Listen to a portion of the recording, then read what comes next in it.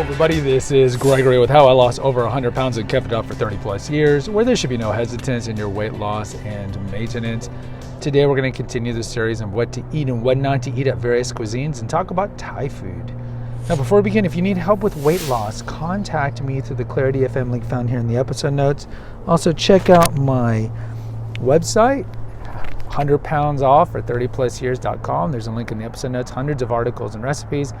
My podcast, The Awakened Man and the Female Holistic Health Apothecary, both of which have been around since 2017. My books, and if you appreciate my content, there is a link for PayPal. All right, full disclosure, I love Thai food. Now, I can't say that I know Thai food well, given that I'm just a Mexican-American dude in America, but I've eaten it most of my life. So I'm pretty familiar with the dishes. Now, I'm not going to pronounce any of the dishes in Thai. The thing I always love about Thai restaurants is they always have a picture of the monarch. No, typically it's behind the register. It's like part of the honor. And then they'll have a lot of Buddhist kind of statues and icons because the country is predominantly Buddhist.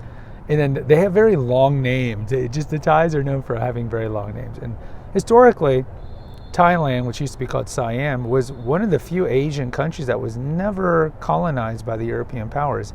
The English were to the west and Bengal, India, and then to the east were the French. By the way, big history nerd when I was a kid. So Thai food, there's a lot of good. It's really hard to go wrong with Thai food because if you look at what Thai food is based on, there's a lot of vegetables, whether it be in a curry or whether it be with some sort of noodles. There's just tons of vegetables. And luckily, Thai food, and I haven't been to Thailand in full disclosure, I don't think it's been as Americanized, even if you eat it here in America, as much as Mexican food has turned into Tex-Mex, which is vastly different. Let me tell you, as a Mexican, it's vastly different. And how Italian food has been turned into Italian-American. And I think part of it is because if you go to a Thai restaurant, it's not run by white people, it's typically run by a Thai family. So it's going to be more authentic. That's not to say that they're not going to make flourishments to make it more appealing to the American audience. But if you look, it's typically going to be a combination, and again, it's hard to encapsulate an entire cuisine, but it's essentially going to be a variety of vegetables and some sort of protein, whether it be tofu or chicken or pork, and then some sort of noodles. Now, the good thing about noodles in the Thai world is, as opposed to Italian food, which is pasta is wheat, it's semolina, but it's wheat, so it comes from flour, gluten. The noodles in the Thai food is typically it's not made from wheat because wheat's not grown in Thailand. Wheat's got to be grown in the northern climates.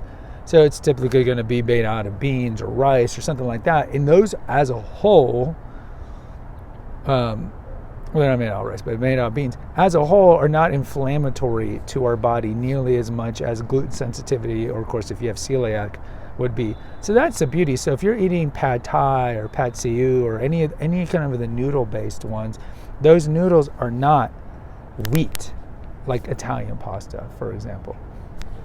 And so that is a benefit. Even something like in the Middle Eastern food, and I forgot to mention this in the Middle Eastern, Near Eastern, Northern Africa, they eat a lot of couscous, and couscous is great. I like couscous. I hate to say it, I put in mustard to eat it. But couscous is based on a wheat product. That's semolina.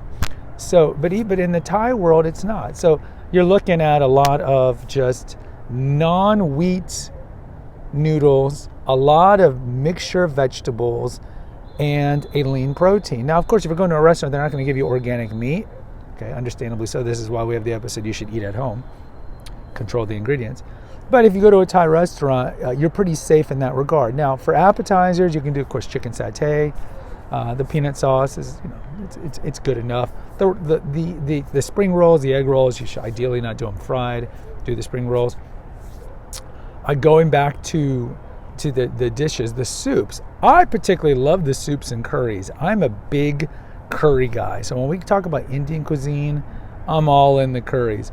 But with Thai curry, whether it be green, red, massaman, whatever it is, I love it. I typically veer for the green. and I'm like medium spice depending on the restaurant. So I do like it some spicy, and it drives me crazy when they give you rice and it's like this much. It's like, come on, the rice balances out the spice. Give me more rice. Rice is cheap. Come on. So even with the curries are great. The coconut milk, so you look at coconut has a lot of the monounsaturated and polyunsaturated fats, but it also has the healthy saturated fats. So coconut milk, legit coconut milk that comes out of the can, not the coconut milk that you get in the dairy area, is fine as a whole. It's pretty healthy. So if you look at the stews are great. The curries are great. The rice dishes are great. Ideally, like with a lot of these cuisines, you do want to kind of do more of the kind of the protein with the vegetables, but certainly as opposed to other cuisines like Chinese and others, the Thai noodles are pretty good to go. And even if you look at their desserts, the desserts are pretty light. So when you go to a Thai restaurant, as opposed to, let's say, going to an Italian restaurant, it's harder to go wrong.